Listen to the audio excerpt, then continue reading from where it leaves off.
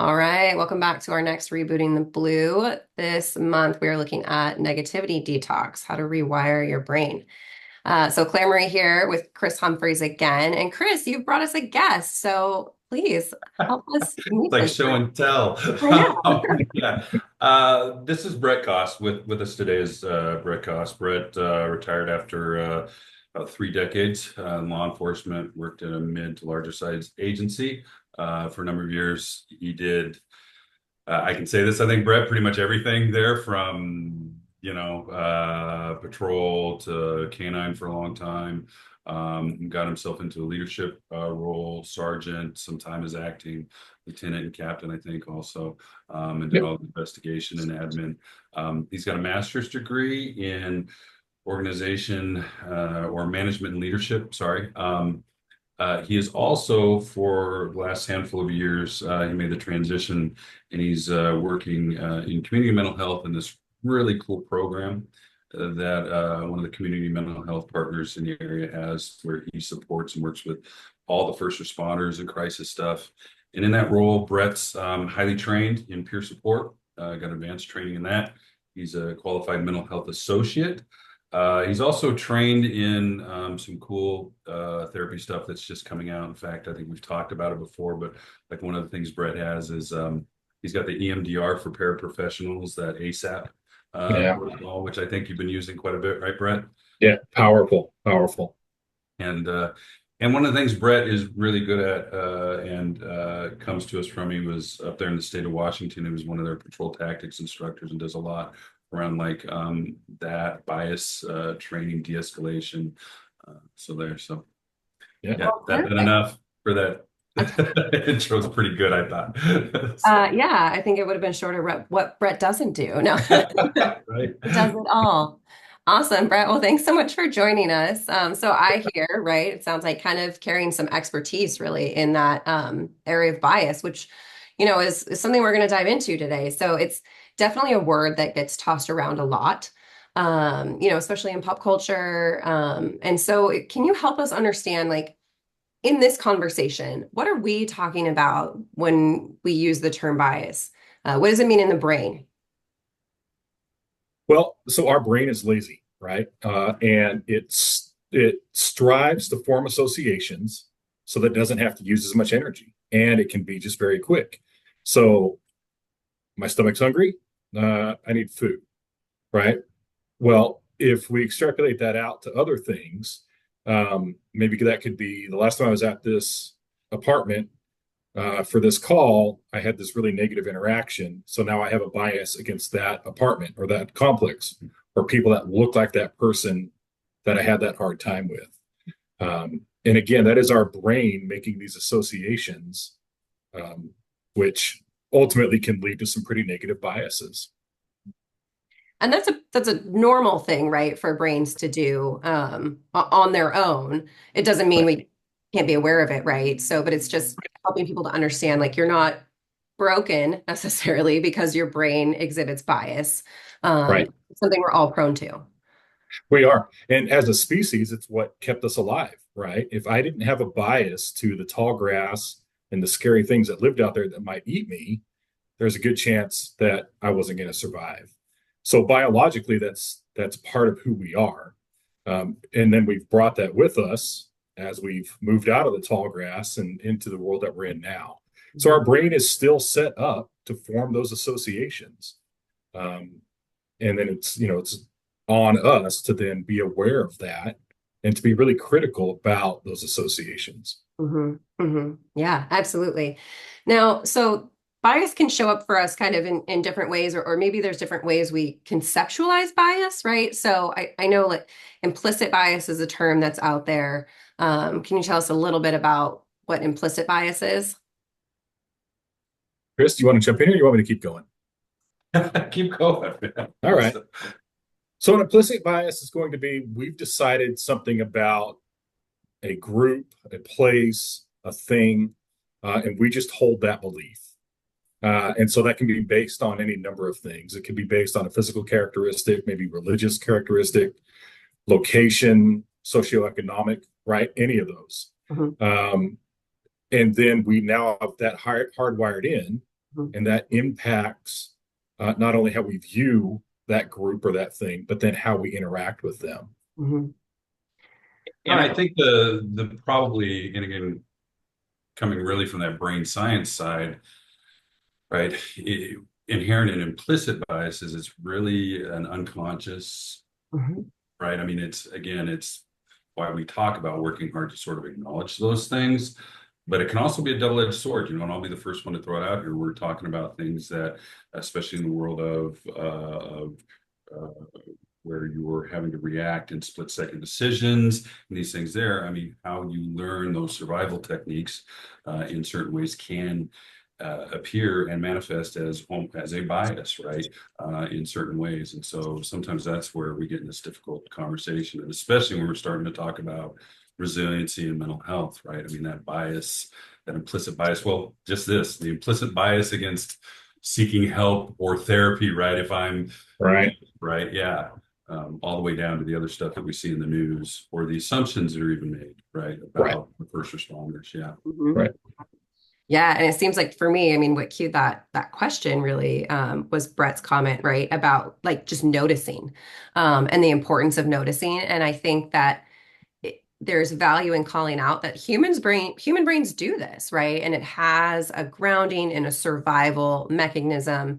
And now we live in, different structures, different societies, and how we interact. And so just understanding how survival mechanisms are still going to follow us, and then how do we build just the practice of noticing them, right? And not necessarily like judging yourself, because I think you have to be able to be safe with yourself to notice those things in order to continue noticing those things, and then Right. figuring out, right, how do they impact you in what ways. And part of that too is going to be negativity bias, right? So help us understand, that's another way that bias can show up for us. How does negativity bias show up? So, oh, I'm sorry. Go ahead, Chris. No, go ahead, Brett. Again, it's that association, right? So it could be a political thing. This person is in the party that I didn't vote for, so everything about them has got to be bad. Mhm. Or they're from a country or whatever, where we have decided that people of that group, uh, we have a negative view of them, and so now everything about them has to be bad. Mhm. Chris, jump in. Yeah, and so negativity bias too. That's as I was saying. I mean, it. If we just break it down, right? It's the idea that everything we tend to lean more into dwell in the negative events, or we register that negative stimuli more readily, Mhm. right? And again, it's such an interesting conversation to have when we're talking about the first responder world, and not again that they have complete ownership over to this. But right, if you look at, I mean, I spent a few years working in a training division. Brett, I know you have too. Claire, you've got training in it also, right? It's not like we train for the happy events. We train, right, for the bad stuff that's going to happen, so that we can use this phrase based on my experience and training, right? I responded as such. That in and of itself, right, is developing, right, and encouraging, again, and it's bad to say it, I guess, but a negativity bias, right, about certain survival or like threat indicators, those sorts of things, right? Um, and it's so interesting because here we encourage it, we train it, we try to manage it on the job. Um, but again, right, it also plays into the fact that that's the design of the brain, right? We know the brain's job, at least from where I sit and what I've been taught and what I see, the brain's job is to keep us alive. Nothing about that is happy thoughts, right? It's always supposed to be on the lookout for the bad stuff first, right? That's why we respond in that limbic way. And so that negativity bias, I mean, one, we train towards it. And then two, if we're naturally predisposed for it, then it can become this filter now where, and here's where I become the therapist, right? We start to miss the other things, right? I.e., the non-negative, right? If it's not scary, bad, or something that I'm assuming can hurt me, then I don't see it. Mhm. And again, I'll lean into, as I said earlier, I mean, being a couples counselor, that's where I see that effect a lot of times in working with first responder couples is, we ask these first responders to experience this all day long to keep themselves alive, protect us by catching the bad guys. And then we say, oh, and by the way, when you get home, flip that off like a switch, right? If you would, please. Mhm. Right. Yeah, so a lot in this conversation. We can go really deep with it, but yeah, that negativity bias. And here's the other thing I see, if I can, and I know I'm running a little long, but the other thing it plays into is we know with negativity biases, it also opens us up more to criticism, right? That's when we start to see the stuff lands more personally to us. Right, is I can, and texts are the perfect way. I can text you a phrase, a written phrase, right, that can be completely innocuous. But if I'm in that negative mindset, I will read it in a tone that is Brett being a jerk, right? Uh, Instead of, yeah. right. Yeah. When I would send an IM on an MDC to one of the folks that was out on patrol, hey, I need you to swing into the office. I learned it's nothing bad, right? Because the negativity bias was if the sergeant wants me to come to the office, something is wrong and something is bad. And you would see a physiological response to that when they would come into the office if I didn't give that disclaimer. I think we lost you there for a second, but I think you said something about maybe like you learned that it was important to give context. Right. To give some type of disclaimer that, hmm this is not a bad thing. hmm Yeah. Oh yeah, Um, you hate to get those. Hey, can you stop by my office at the end of shift? And you'd have to wait a whole shift, Right. right, imagining what horrific things were going to be done to you, and then you'd walk in and be like, "Oh, here's your pay stub" or something. Right. Well, and I learned early on as well, calling parents of somebody that we were interacting with. If I did not tell them right away that everybody was okay and everybody was safe, they would almost instantly, I'm getting a call from a cop and they would go into panic mode. So I think that's another good example of what Chris is talking about. Yeah, absolutely. So, knowing that humans are, prone to this anyways, right? Survival is the primary. And then you do the work in law enforcement. So you're now even more trained, honed, working day to day, paying attention to because you're surviving, and helping others survive. So what are ways that someone might see like a cue for them? Oh, like this might be negativity bias showing up for me. Chris, you said that filter, right? But what does it actually look like day to day, whether it's for an individual or in a relationship? Uh, well, it's in, I think we've talked about burnout before. I equated a lot to the same there. Negative, in fact, negative bias, right, increases when we're under extended stress or experiencing burnout, right? But as I say, you tend to hear it a lot of times before you see it, and especially in the field, and I know I promise not to swear on these, but it's that where everything's bullshit. You start to, and I'm saying that as we're centered, right? There spent many, many years on many shifts where, it didn't matter what communique came from the chief or what somebody said on the street or something, right? You start to hear it pretty quick where Humphreys is like, oh, that's bullshit, or, F that guy, or you'll hear the verbalizations a lot more, as we say. I mean, behavior wise, it can go everything from, again, what you're hearing, tone to interaction to work product. Relationally, I will tell you, negativity bias is really interesting, especially working with couples. When you see it's ramped up, you'll see it in that increased level of assumptions. And then the biggest one I see is mind reading. They will, if somebody's really trending hard on that negativity bias because they're under compressed stress or extended stress, they'll start to mind read really bad. Right? Everybody is thinking this, or she or he said this, and this is what it means, right? And they will tend to really go down there. And then you start to hear, and this is the last portion I'll say is, they'll start to really articulate their negative cognitions. Either it's like, if you ask them, well, why would you think Claire's thinking that? Well, why wouldn't she? Because I'm such a piece of whatever, right? Mhm. Right.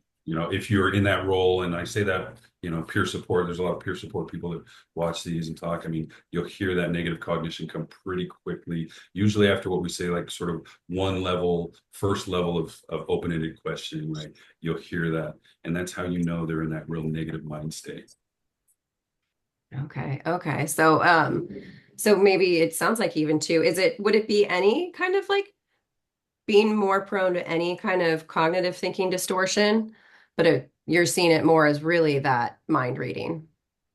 Oh, there's multiple with it. I mean, yeah, once you start saying cognitive distortions on, uh, that full generalized, we call it, generalization, negativism. I mean, everything that happens to me is bad and it's just going to be bad. Why would this be good? Because it can't be, because it's got to be bad. Mhm. They'll sort of get in there. But again, what I tend to see more of is, at least initially early on, is that mind reading.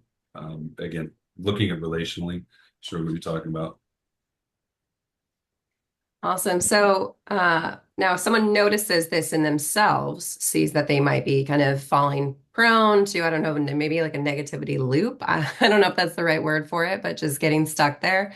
What are some concrete steps that they can try to start escaping that kind of negativity bias that keeps popping up for them? Well, I think there's some, really useful grounding exercises. So one of the things I would do if I was at the office and we got a priority call, we had a gate that would take a few seconds to open.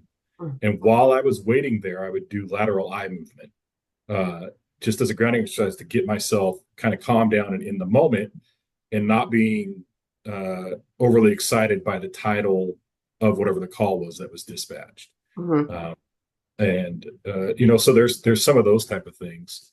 um I think just pausing to question, is this an appropriate response to this?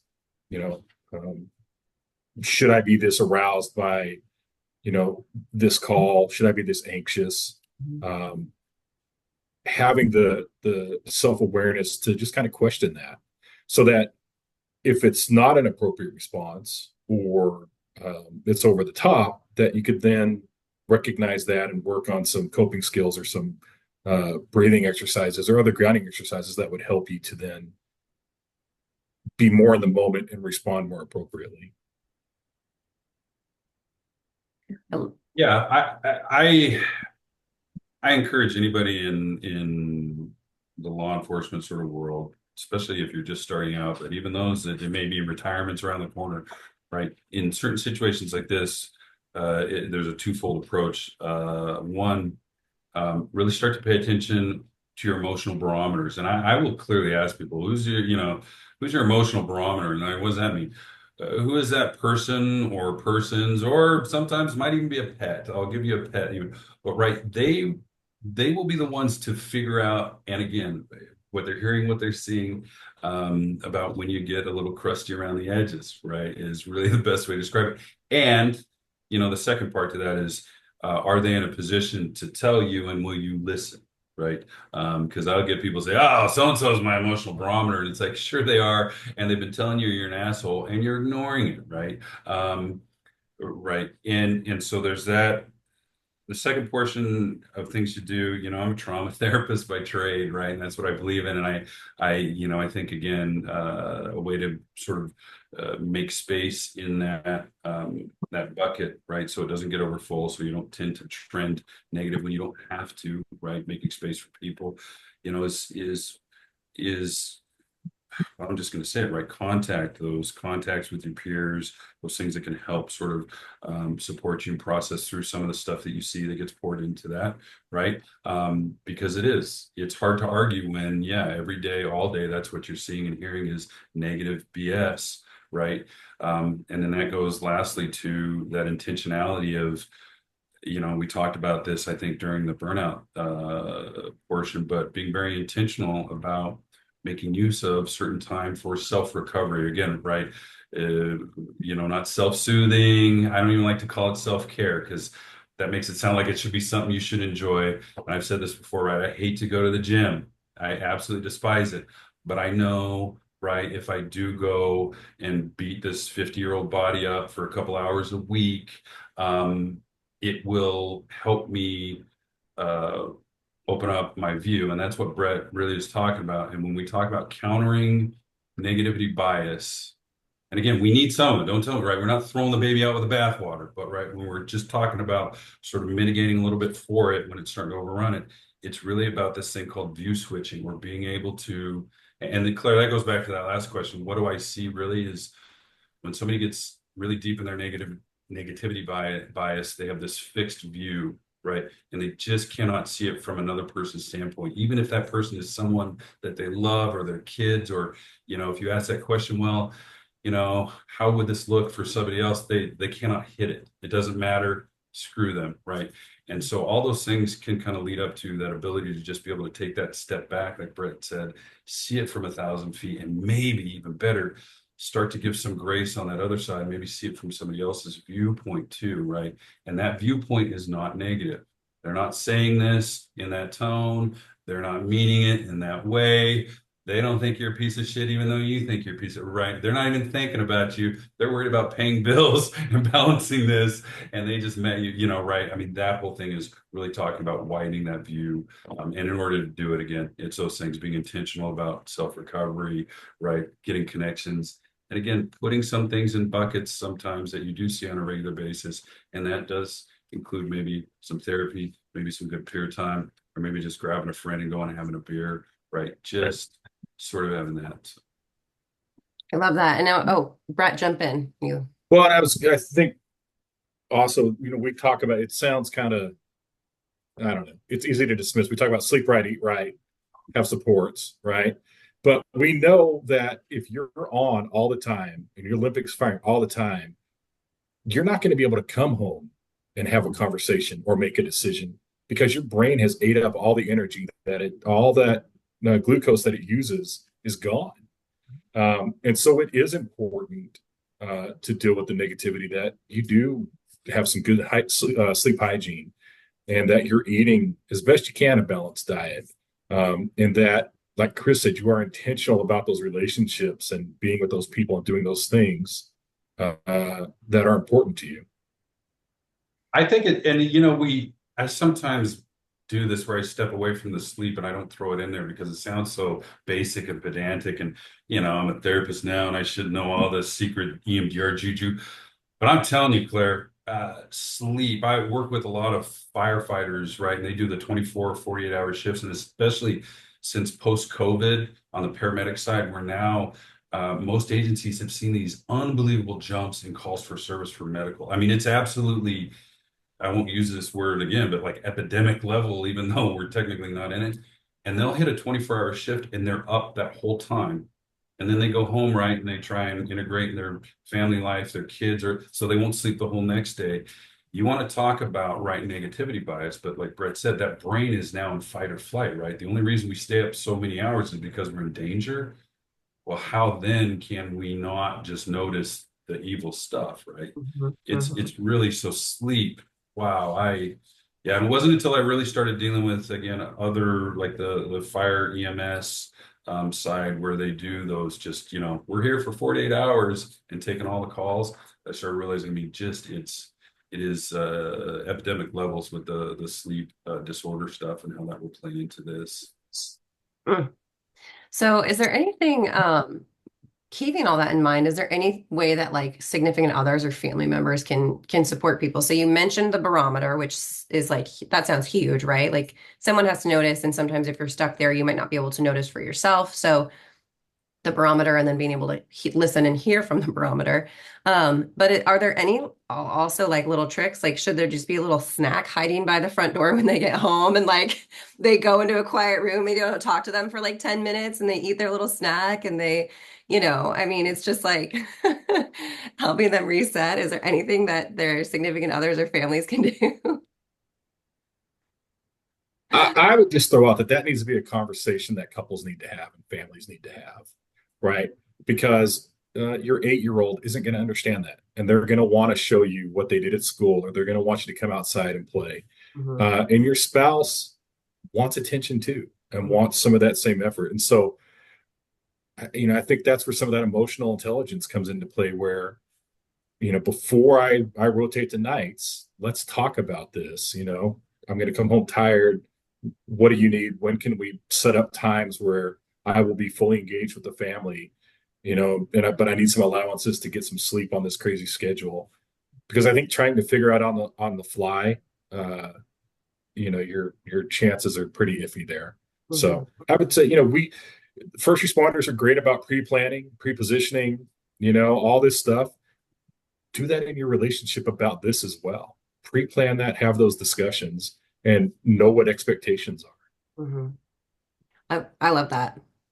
Yeah, that negotiation, and that's a term we tend to use sometimes. I mean, it may sound, cold and dispassionate, but it shouldn't be. And I love how Brett brought that too. I mean, we're really good at doing that in our jobs. Again, we're kind of put secondary thought to that in our relationships, and we shouldn't, right? I mean, this is a team sport. I say it all the time, right? And that is really helpful. And yeah, I would say really nuts and bolts. What you see is, again, finding out, is that what I need? And there's couples I work with they have that rule. I mean, I come home and give me 30 minutes to get out of my stuff, because some of them work in rural agencies where they're still in uniform when they come home. But even those that changed at the precinct that I work with, some of them say that, just give me 30 minutes or just something to sit down and kind of disconnect. But again, it needs to be negotiated a little bit because that is the expectation. And then there's others that actually say, no, I need your face right in front of me, and I need to download the day. And I love those ones because, again, I'm fighting against that. I'm fighting against that belief that right, as I was told 30 years ago, oh, don't share with your wife any of the bad stuff because it might traumatize her. And then come to find out years later, right, it comes off as secret keeping. So those that negotiate, hey, when I get home, can I tell you about the crap I saw? Is that gonna give you nightmares? And usually you're no, I want to know. I want to know that you're hurting, or that you just saw this, or whatever. So again, just negotiating those points is helpful.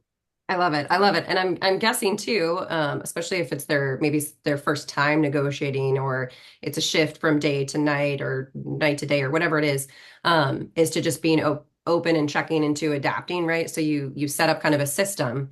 I think it's James Clear that he says that systems create freedom. And so you set up the system and then check in on it, right? Like, hey, I thought this would help me, and I thought, that 15 minutes would be enough, but maybe I need 20. Or like, if you could leave a small snack in the room, that'd be great. Like, or, like, I'll check in with the kids for 5 minutes and then I'll go do my 15, because we're realizing that the kids are really excited when you get home. Right. And that needs to happen first. And so it's that negotiation, I'm guessing, and then checking in to make sure that that system is working for the team. Love that. The teamwork. Yeah, and I also remind, because again, fair is fair, and we tend to get, emboldened because, or we think we're entitled because we're the ones out in the dark chasing scary people, which, Right. right. Right. I mean, maybe, right. On Tuesday you were, Thursday it was paper, but also to understand part of that negotiation, right? That's the idea of a negotiation, is that give and take, and you need to definitely be open if, hey, no. You coming home and checking out for an hour in front of the TV because you need to disconnect is not going to be helpful when I've been, doing this all day with so and so, which happens to be your kid who's running rampant. Right? That's part of that too. But the beauty of it is when we say that intentional sort of communication, even just sitting down, and whether you come away with a plan or not, that actually plays into resilience, right? That really, again, they love to use that term, bulletproof your marriage, your relationship, or those things. But all that does is play into that resiliency piece that then allows you, right, to recover from those times, and that negativity bias that you do need at times to keep you alive, right, doesn't start running rampant. I agree with Chris. I think if you don't come to it with a give and take, things can become transactional in the relationship, where, well, I am out working and I'm providing for the family, so you should provide this, this, and this for me, for no other reason than because I think so, because I'm the one out working. And the same way we wouldn't respond well to that, our partners and our families aren't going to either. Mhm. All right. So, any final thoughts just on negativity bias, that you would want to leave with folks as you think about how it might be impacting them? It is, we are hardwired to do it. Our brain focuses on the negative. It's a survival mechanism. But we are resilient creatures. As a species, we can adapt and change. And as individuals, we need to be intentional, be aware of it. And the biggest thing is pause. Is my reaction to this appropriate? And if not, what is a better response? I love it. Yeah, and that there's ways to, because, and as you said in the beginning, Claire, and I'm glad you said it, the word bias has been taken and made a lot of in just the last 10 years, but really the last 6 years or so, right? To where it's even just a hard conversation to have when you use the word, especially with our first responders. And I would say, I mean, one, give yourself a little bit of grace and be open when and this is going to sound real woohoo and hippy dippy, and I apologize for that, but really as one that was out there, right, that lived in that and used it to survive. I mean, I was not good at much, but I was pretty quick at times to recognize when stuff got scary, right? And that's because of my prior experiences and training experience and all that. And so, understand that's part of it. It's okay, but be open to having the discussion. And the biggest thing is, right, is it's not this all pervasive blanket. Right? I mean, it's very few times I felt in the career where you couldn't at least have that half second to take a breath and really, as Brett said, Right. ask, wait, what is really going on here? Now, there were a handful of times when you don't get that. And then again, your training experience is going to be good and it's going to see you through. And what happens, happens. But yeah, just and give yourself a little bit of grace. Just examining that bias does not mean you're being hypersensitive or that you're broken or that, let's be honest, you're needing therapy or anything like that. To be honest, a lot of it's just paying attention to your tone and how you're talking. And once you hear that, then you'll sort of know, am I getting, again, a little crusty around the edges? And is that, am I stuck in that negative space? So, well, that was preachy. Sorry. I loved it. I loved it. It was fine. Awesome. Well, thank you both so much. I really appreciate your time. And Brett, hopefully we'll have you back again soon. Chris, you're stuck with us. So Yeah. Thank you. thanks so much. We'll see you guys Thanks, later. Brett.